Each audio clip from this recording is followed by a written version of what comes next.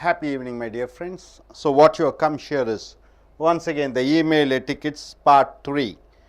Part 1 and part 2 we have seen all the conditionalities, and part 3 what you are coming is the sections in email. So, sections, how many sections are there? Almost 1, 2, 3, 4, 5, almost 6, 7 sections we are going to see. The first section is to whom you are sending. Second section is the CC, that is the carbon copy, and section 3 is BCC, blind carbon copy, and number 4 is subject, number 5 is the salutation, number 6 is the text body, and 7 is the signature. So, entire things of what is involved in email is given here. 2. In this section you must key in the receiving person's email, key into the receiving person's email. So, 2 section you should write, you should type the email address of the person whom you are sending the message.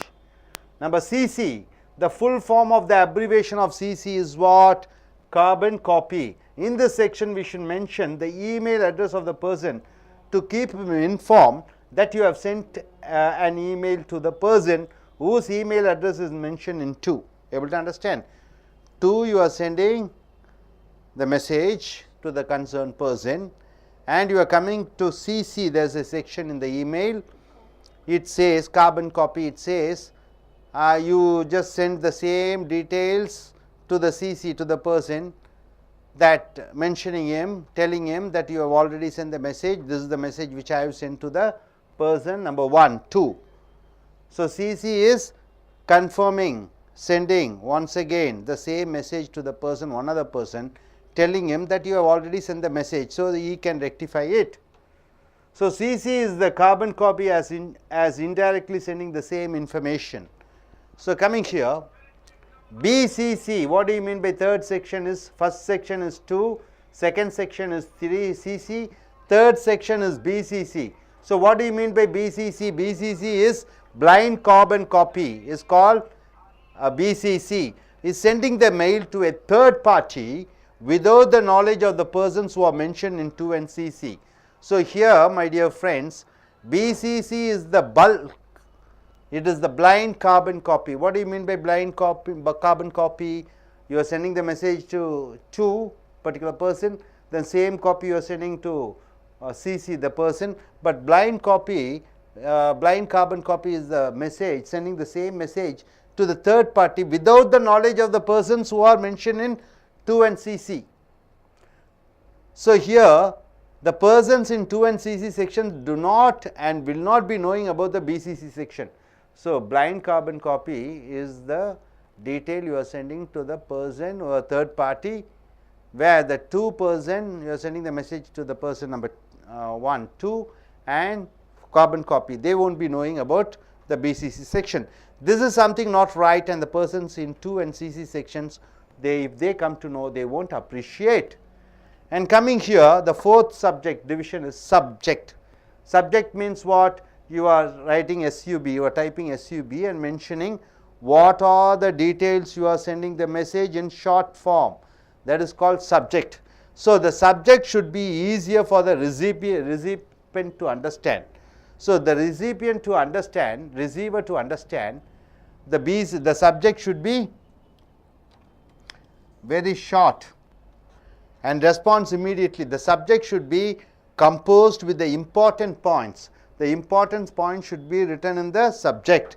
If your subject is attractive, if your subject is very attractive, precise, short and on point, then the chances of reading your email by the recipient is high.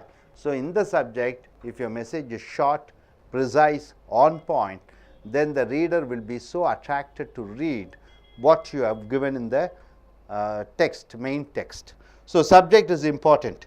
So, but if the subject is confusing and not sensible to the recipient, then your mail may be left out. So, in subject, if that subject is not precise or interesting or attractive, then the recipient, there are chances that he may leave it out because it is so much confusing.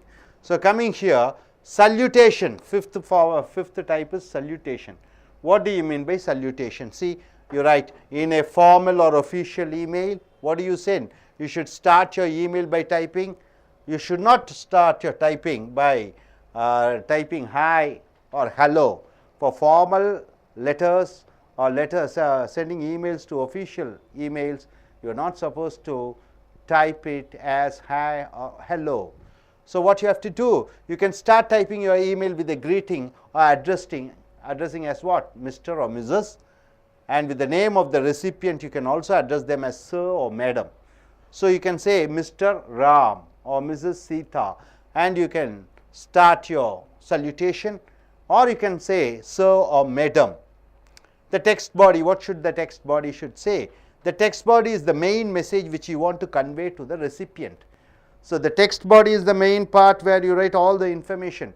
So that information is the information which you want to convey the message to the person who is the reader. So the message should be brief, very simple. It should be very brief, simple words in simple sentence, not much of complex sentence or compound sentence. It should be simple in simple sentence.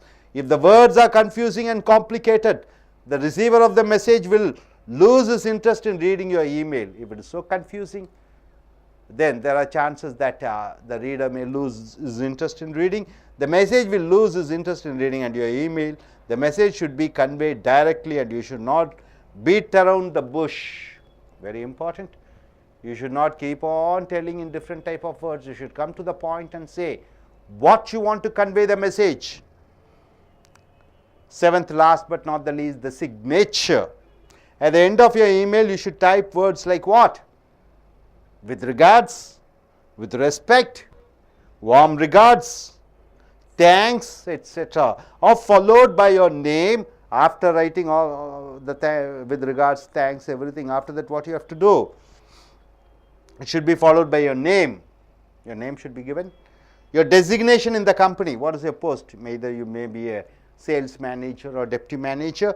The department you belong to. After that you should write your manager. After that, first your name, that is after with regards or thanks, your name.